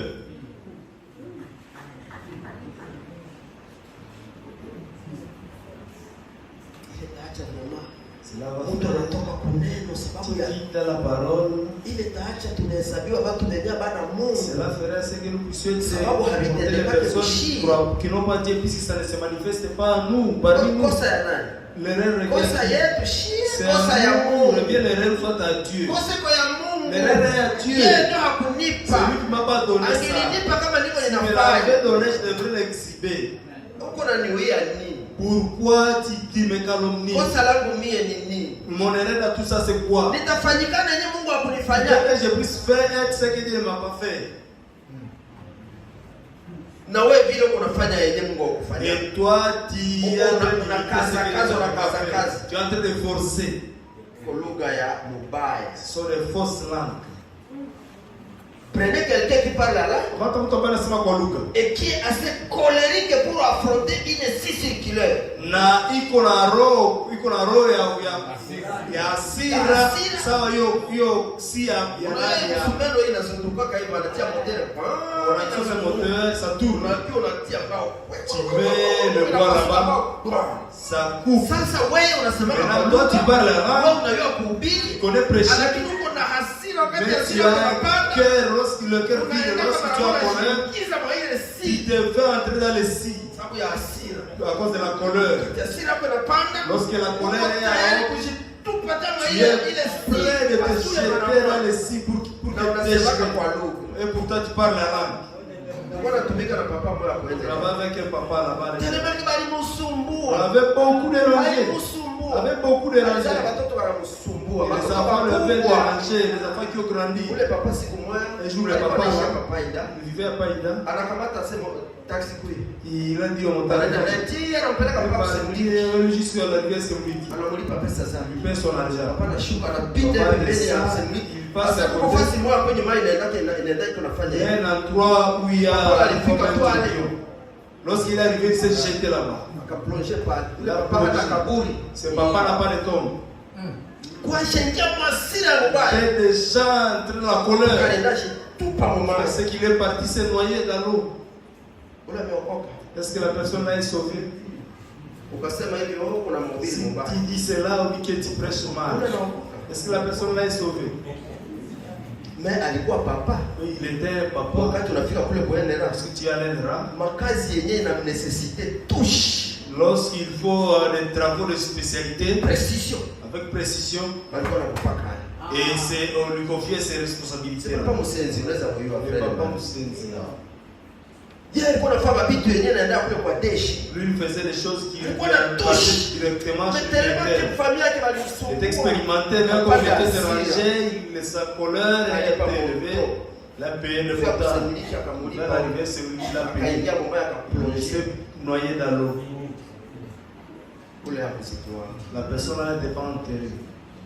Prenez quelqu'un qui parle là Hata kama mtu anasema kwa et qui est assez colérique na iko na kasirani hasira pour affronter une scie ya circulaire kujitupa ndani ya hiyo si ya ambayo inazunguruka, et qui parle des voisins na anasema kuhusu wajirani et des autres, na wengine ainsi de suite. na kadhalika. Eh bien, Na vema, appeleriez-vous cela le Saint-Esprit? utaita ile Roho Mtakatifu? Ce n'est pas possible. Haiwezekani. Non, monsieur. Hapana bwana. Utasema kabisa sababu anasema kwa lugha, sababu anafanya kama demonstration, anafanya vitu vya uzuri, sio usio. Anacheza kwa sababu unacheza kanisa. Na yeye anacheza kanisa. Kisha Et puis, anaingia kama hasira moja dans yenyewe. la colère, Anaweza kukamata hata il peut te prendre. babu ya makala mwangia. Le prince, le prince. Kisha utasema Il est en colère. iko na Roho Tu Mtakatifu. dirais que la personne a le Saint-Esprit. Sababu anaongea vizuri. Puisqu'il prêche très bien. Unakuwa tu anakamata moja kwa gani nyingo shatokota. Et là, Mwangie il na devait, si toi, l'eau, tu es bouilli déjà. au anakutukana. Tu sois tu t'injures, Kuko t'es wengine ba frère ba Il y a les sœur. frères et sœurs. Wakati tu anapitia Lorsqu'il est dépassé, anasema marani wanasema maka il parle les choses lourdes. the gros mots yenye kabisa wanaitaka nini tabu enye hapashe kusema Chose qui ne doit pas sababu confesser. tellement amepanda mwasiri. Il est en colère, Lakini frère mais frère, sœur dada, inawezekana iko na moja hizi karama peut-être qu'il a l'air de ses dos ici. utasema ni iko na Roho Mtakatifu. Tu dirais qu'il a le Saint-Esprit.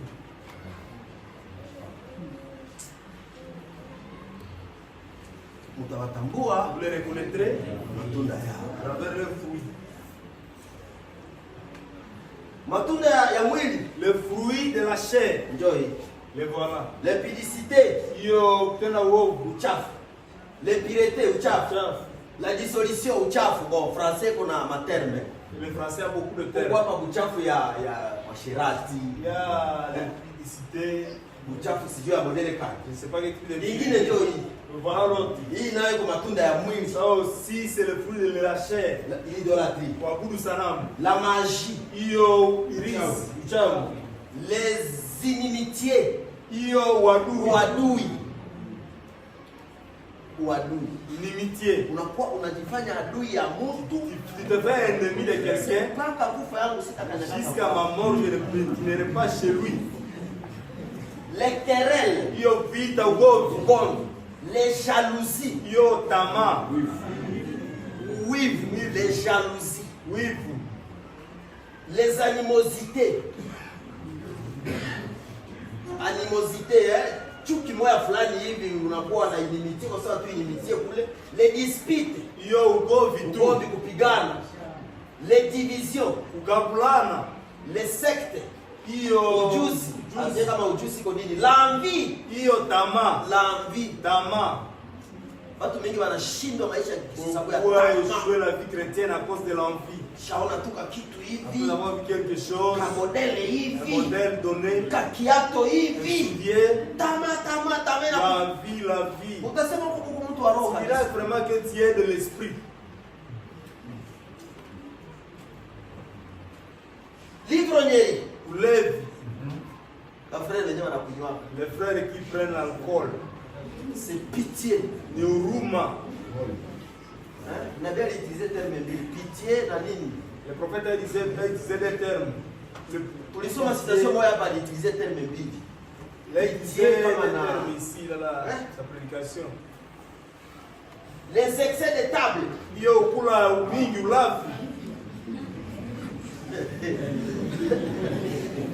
Tunaona tous les excès de boire. Les excès de boire ndio tunaona. Kunya mingi ndio tunaweza kukuta. C'est ça l'ivrognerie, non? Ndio leo. Lakini les excès de manger Lakini kukula mengi osana kwa pa. Tuna mtu kuna pupa ya chakula. Pupa.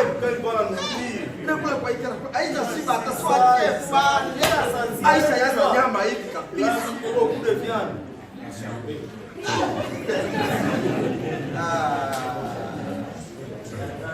Kisha sayansi nasema unajiroga ile nyama yote ile kwa mwili yako, siku moja utalipa ibera.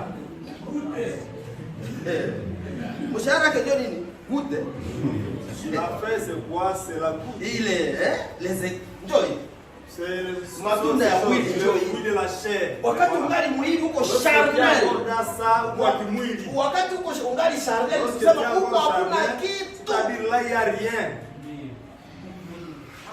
Il y a rien là-bas. Le Saint-Esprit, Roho Mtakatifu, c'est l'humilité. Ni kujishusha. Amen. Amen. Voilà. Bible haikumentionné le Branham ndio Il n'a anatii. pas mentionné ça, c'est pas Tukaitafuta kwa kosa tutaipata. Saa zingine ndani ya madouceur, peut-être dans la ama ndani ya bénignité, utakutana tu nini, ou bien dans la paix, utakutana hii nini, humilité ndani. L'humilité là-bas. Le Saint-Esprit c'est l'humilité. Roho Mtakatifu ni kujishusha. Matunda ya Roho. C'est le fruit de l'esprit. C'est l'humilité. Kujishusha. La joie, furaha, la paix, salama, la gentillesse, la patience, la foi. Ce sont les fruits de l'esprit que le Saint-Esprit produit dans l'église du Dieu vivant. La douceur, l'humilité, la modestie, l'amour les uns envers les autres. Ile ndio matunda ya Roho. Ndani ya kanisa ya Mungu aliye hai, Roho Mtakatifu anazalisha ile matunda wenye walimpokea. Beaucoup de femmes pentecôtistes portent des vêtements d'hommes. Et Dieu a dit que cela est une abomination à ses yeux. Beaucoup de femmes pentecôtistes.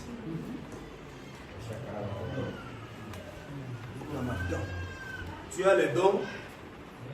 Kisha biko banavala mavazi ya wanaume. Et puis s'habille des habits d'homme. Utakutana huko bao ndio badiakre na mapantalo kumula. Mavazi yake avec les pantalons à porte. Badiakre banamuke na mapantalo kumula. Les femmes diacres avec les pantalons à porte. Mon peuple périt. Taifa yangu napotea. Huruma. C'est pitié. Wewe pasere mwenyewe unatia mwanamke kwa mlango diakre. Qui place la maman la porte na pantalo. Unajua neno la Mungu kweli. Connais la parole de Dieu. Unaona pale ndio message inatoka kwa bomba. Message inatoka. Le message inakanyakia tout c'est lié d'adoration là. Dieu n'a pas fait de mal. Tu ne plus que l'aigle a volé. Wakati ile aigle anaruka tous les lieux d'adoration.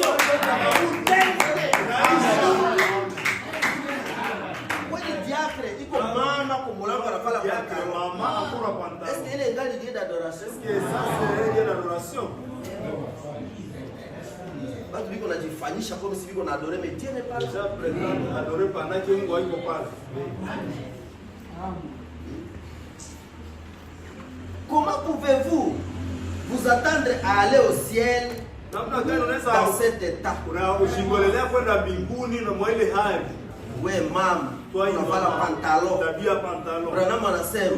Kisha na wewe unangoya enlèvement. Si tu t'attends à l'enlèvement. Cela prouve bien que le Saint-Esprit n'est pas là. Wewe mwenyewe uko hapa toko sera Toi na qui es kuyaka. ici, notre sœur, tu viens ici. Na ile esprit yako ya kuvala pantalon. Avec l'esprit de ta Ile vie, inaonesha niveau yako. cela prouve, montre ton Wewe hamu ya kuwaka À kitu. toi, il n'y a rien. Hamu ya kuwaka kitu. C'est-à-dire à toi, il n'y a rien. Il y a des jeunes sera ici. Lorsqu'elle Anatembeaka wakati anakuya hapa vient ici, anavala bien. elle s'habille très bien. Wakati atatoka Lorsqu'elle va sortir, anatosha ile nguo yake ya nje ndio anavala. elle prend maintenant notre habit qu'elle Unaweza na mkutana mbali kidogo. croiser là. Fulani huyu. C'est elle. Nilimwona haiko hivyo. Alikuwa anaibeba mgodi Elle yake. avait pas ça, elle avait cet habit là, son sac là-bas. Unapenda Mungu Tu aimes Dieu, na Mungu hakupendi. et pendant que Dieu ne t'aime pas, Unajibandikisha. il te colle Ole wako. au Mungu malheur. angelikupenda Dieu, si Dieu t'avait aimé, kama amesha kutosha kule. il devrait déjà t'enlever de cet état. Angelikupatia roho Il yake. devrait te donner Na wakati son unapokea roho Lorsque yake, tu reçois son mapantalo esprit, les pantalons, babini jipe, bakola yote inatoka kweli. Unaona kama mavi. tu vois ça comme la saleté. Hakutaki. Dieu ne veut pas de ça. Unazibandikile ili kuikorosana na mtu Tu nyama. dois t'attacher à lui.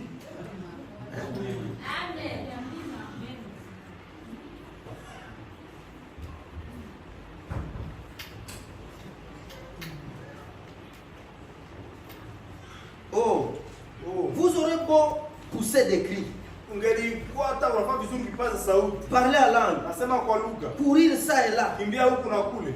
danser en esprit. Cheza ndani ya roho. J'ai vu des hindous, Niliona wale les hindous, Wahindu faire autant, wakifanya vile et des indiens na wale et Waindia les autres. na wengine. Cela ne veut rien dire, Ila haimaanishe kitu à hata. moins qu'il y ait une vie, Japo ikawa tu huko tu na kile uzima ndani. à moins qu'il y ait une vie Ndani kuko tu qui uzima. confirme ce dont vous parlez. Itishe ile zawadi ambayo unasema. La puissance du Saint-Esprit Hiyo nguvu ya Roho Mtakatifu qui amène les gens unaleta watu à vivre pieusement. kuishi ndani ya utawa. La puissance du Saint-Esprit Nguvu ya Roho Mtakatifu. yenye inakupeleka Ce qui te pousse ta main. kuishi maisha ya Vivre utawa. la vie de piété. Kama kule ndani yako huna ile puissance, Si à toi là tu n'as pas cette puissance, watu watakushangalia. les gens se moqueront de toi. Huko unajidai huko msere ndani ya Prétend ujumbe, être une sœur dans les messages. ijapokuwa watu banayua basere wanakuwa kama. Là, les gens connaissent le comportement de sœurs. La puissance du Saint-Esprit Nguvu ya Roho Mtakatifu. qui amène les gens à vivre Unaleta pieusement. watu kuishi ndani ya utawa. C'est ça l'épouse de Christ. Ndio bibi harusi ya Kristo. L'épouse de Christ a une Bibi puissance harusi ya Kristo na nguvu. qui l'amène Mbona mleta à vivre pieusement. kuishi ndani ya utawa. Amen. Kanisa kamili yenye batu abiko Quel pie. type d'église Batu où les gens ne sont pas habana pieux? habana maumbile nature ya Mungu. Les gens qui n'ont pas la La créature de piété Dieu. c'est ça la nature de Dieu. Sawa, ndio. Kanisa kadile batu Quel biko bamonde. type d'église? Les gens sont Na kubasere na kubafrere batu biko charnel. les gens sont encore Iko wakimwi. kanisa modele Quel kadile. type d'église? Tuko na kia fanya hapa Qu'est-ce que nini? nous venons faire ici? Ça ce n'est pas l'église de Dieu vivant. Leo kanisa Mungu aliyo hai. Ils n'ont pas cette puissance pour transformer leur vie. Yabadilisha maisha yao. Ça c'est la puissance de Dieu pour Leo ni transformer. nguvu ya Mungu ndio wajia Kwa kubadilisha. kubadilisha. Kama Mungu anakupenda, Si Dieu t'aime, anakusamehe, il te pardonne. anakupatia Il te donne roho yake. son esprit. Na wakati anakupa roho yake, Lorsqu'il te donne son esprit, kidunia yote inatoka. la mondanité est partie. Amen. Amen. Mungu wetu apewe sifa sana. Béni soit loué. Okay. Tukamate kitu kidogo kidogo tena hapa tuachie pale kwa leo. Une petite chose ici pour nous arrêter. Le temps de la moisson. Wakati wa mavuno. Le temps de la moisson. Wakati wa mavuno.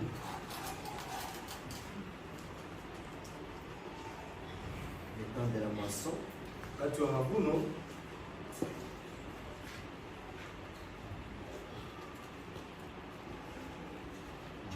Le temps de la moisson. Et voilà. Wakati wa mavuno.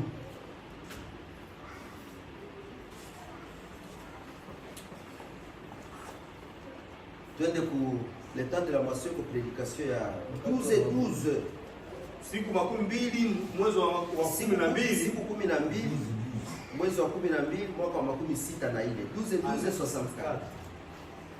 Okay. Acha tuanze mbali, kwa maneno mingi bosa imepita. Tuanze hata huko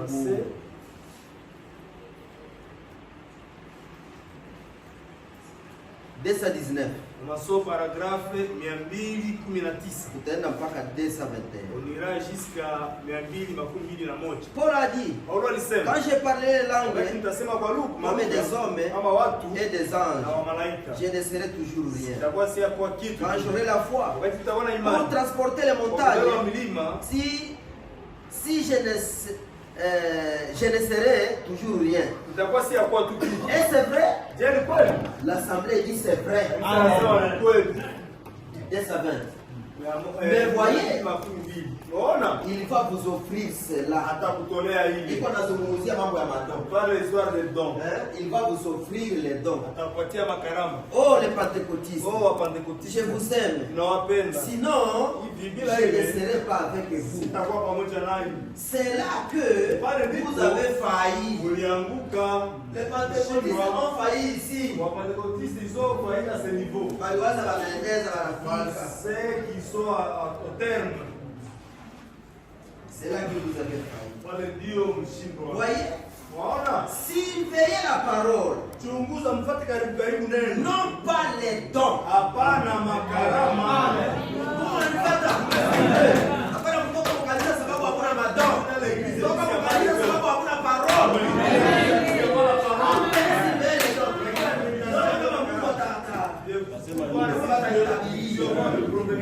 Uko pale yenga mwezi mwaka naisha kwa kusameheana sababu hakuna. Est-ce que Dieu surveille la parole? Est-ce que dans cette église on prêche la parole? Hivyo uona nini?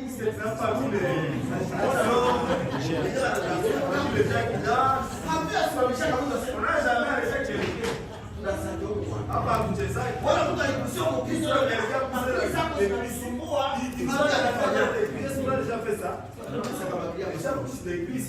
siku tunazikelea.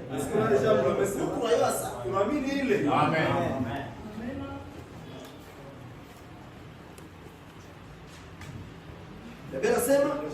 Voyez, surveillez la parole, non pas les dons. Amen. Surveillez les donateurs. Voyez d'où cela vient. Voyez, il est tout emporté. Il danse en esprit.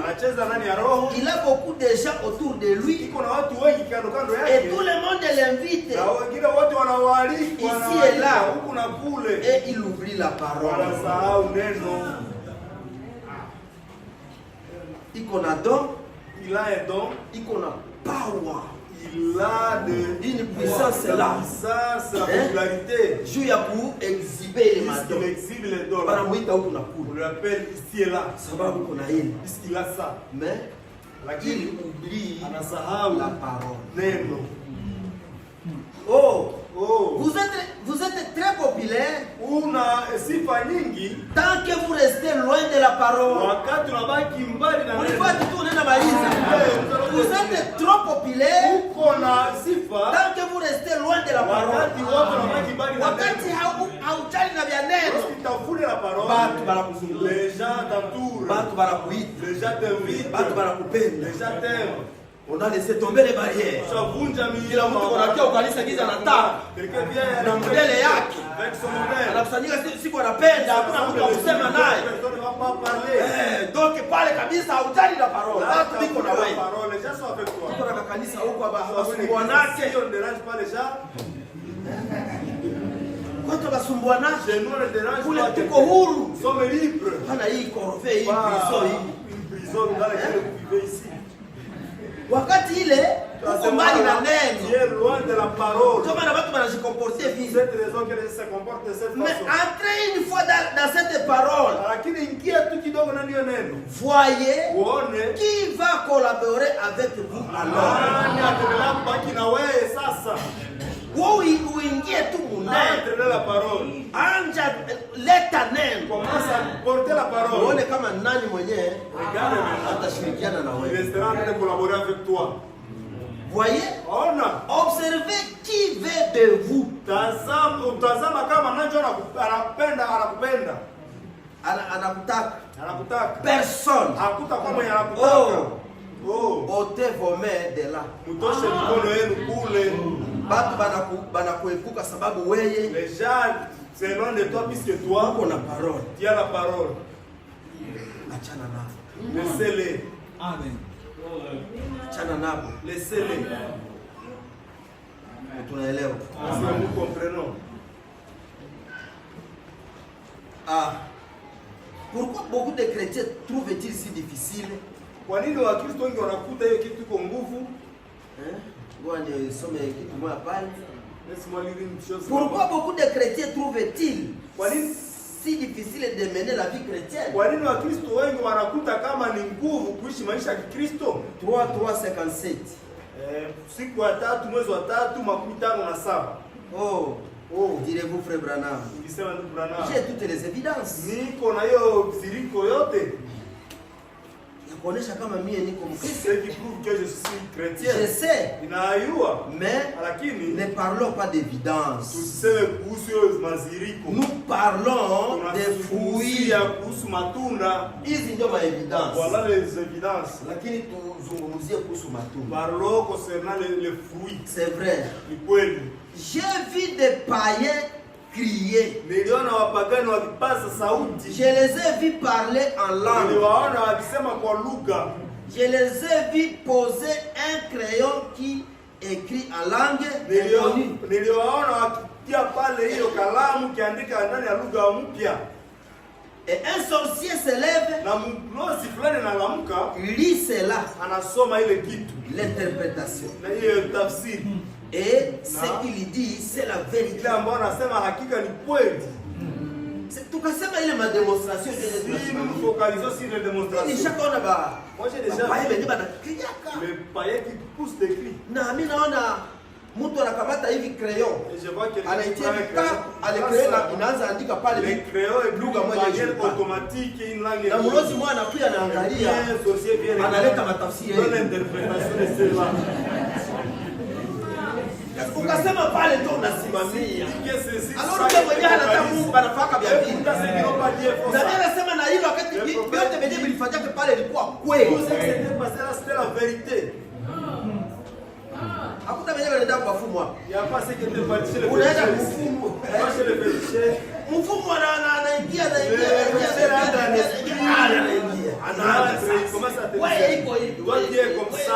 comme ça. Na vie. C'est la vérité, c'est comme ça. Mungu uko kule. Est-ce que Dieu Bale ba marabu unampatia tu mkono hapo. Anasoma maisha yako yote hapo. Ta vie sur ta paume de la main. Bana croire. Est-ce qu'il croit?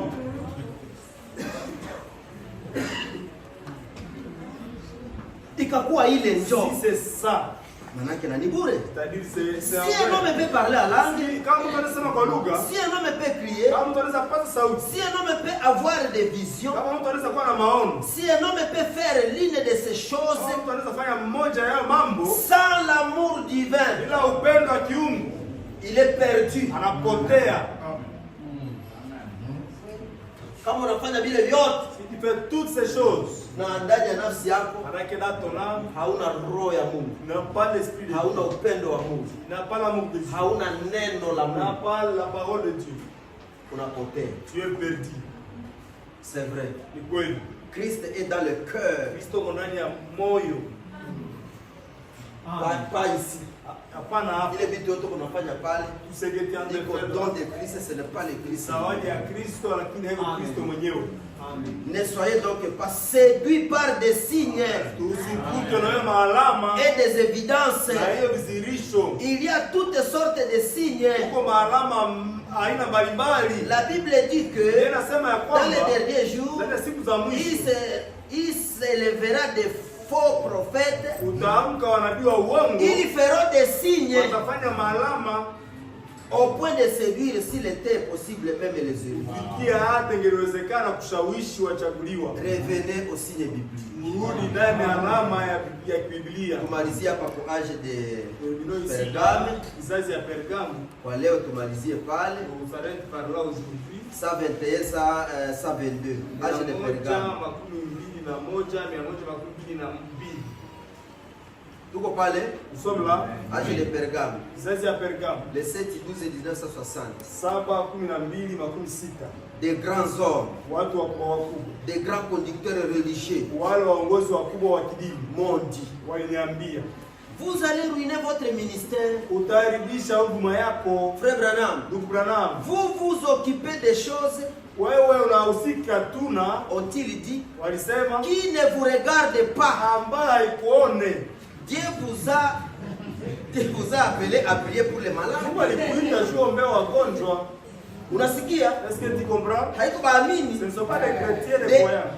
Des grands hommes, watu wakubwa, des grands conducteurs religieux. Waongozi wakubwa wa madini fulani. Wanamwambia Branham. Aseme Branham. Branham. Mbona uko unafuatilia vitu vya vikuone? Kwa tipu des choses qui ne kuangalie. Cela ne sont pas. Wewe Mungu alikutumaka uje kuombea wagonjwa. Amen. Na Branham anasema alisha ingia kwa magonjwa siku mingi, naomba naachana na vile. Ainsi maintenant, gardez cela à l'esprit, parce que j'ai dit ces quelques mots à l'intention de ceux qui sont malades et affligés. Donc ce matin, je vais parler à l'église de sa condition. Car je ressens que bien que la guérison divine soit merveilleuse, c'est plus essentiel de prêcher aux âmes des hommes que de consacrer autant de temps à la guérison divine. Amen. On a dit pas. Mais nous sommes dans l'église et sa condition. Je lis ça dans l'église et sa condition. Bien que les gens qui sont malades aient nécessité, Dieu peut les guérir. Et il a déjà été prouvé dans le monde entier que Dieu le fait. Mais l'essentiel maintenant est pour l'âme. Amen. Les gens sont guéris. Oui. La chair. Ils sont guéris. Mais là, ce qui est très important, Amen. c'est là.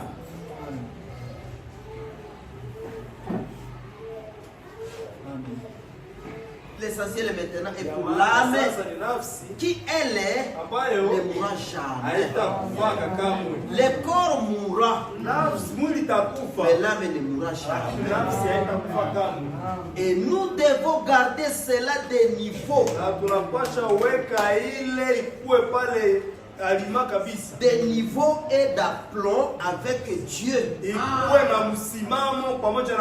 Nafsi yetu, notre âme, iwe nafsi, que ce soit l'âme, iwe pour niveau, soit sur niveau avec Dieu.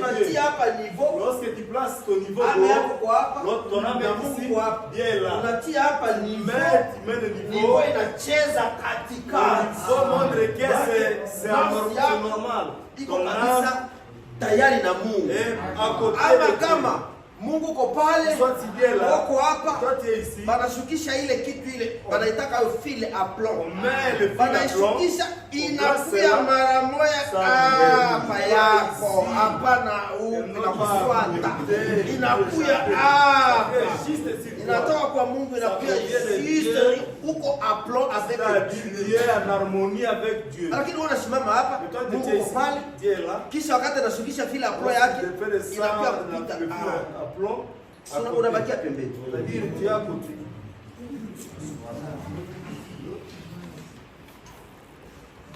Wanaambia Branham, wewe Mungu alikuitaka uombe wagonjwa. Unafuatana na mambo ya badogo biko banishia nini? Uko vyao. Est-ce que ça vous appartient? Dieu m'a appelé à faire plus que prier pour les malades. La maladie n'est qu'une chose par laquelle je peux attirer l'attention des gens. C'est tout.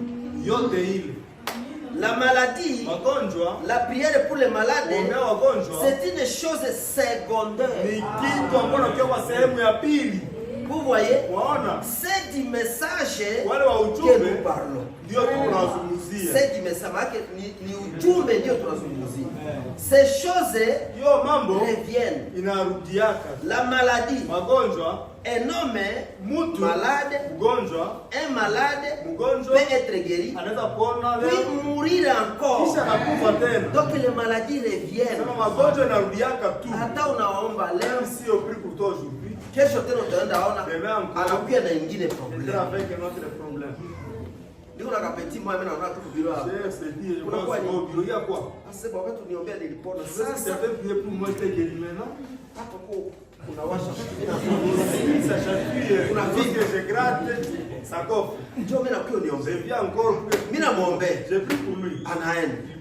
Kisha siku fulani tena mimi namuona kwa biro hapo. Iko ni ya kwa. Sasa leo ni lota mbaya. Ndio basi mimi nakuwa niombea.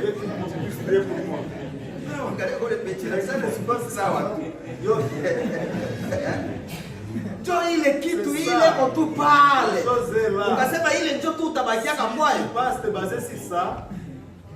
Mais un homme qui est né de l'esprit de Dieu a la vie éternelle. Ici c'est la vie éternelle. Nouvelle naissance, vie éternelle. Amen. Nanjo una manifeste akayi. Mutabatambua bale benye biko ba ya Mungu, ils sont de Dieu. Amen. Na benye biko ba ya Mungu mutabatambua Dieu, vous les reconnaîtrez. Ils sont charnels. Mais non mais lakini mtu qui est né de l'esprit de Dieu à la vie éternelle. C'est pourquoi Dieu ne se contente pas d'aller ça et là comme cela pour les malades. C'est donc est dans l'église pour le corps local. On a les problèmes.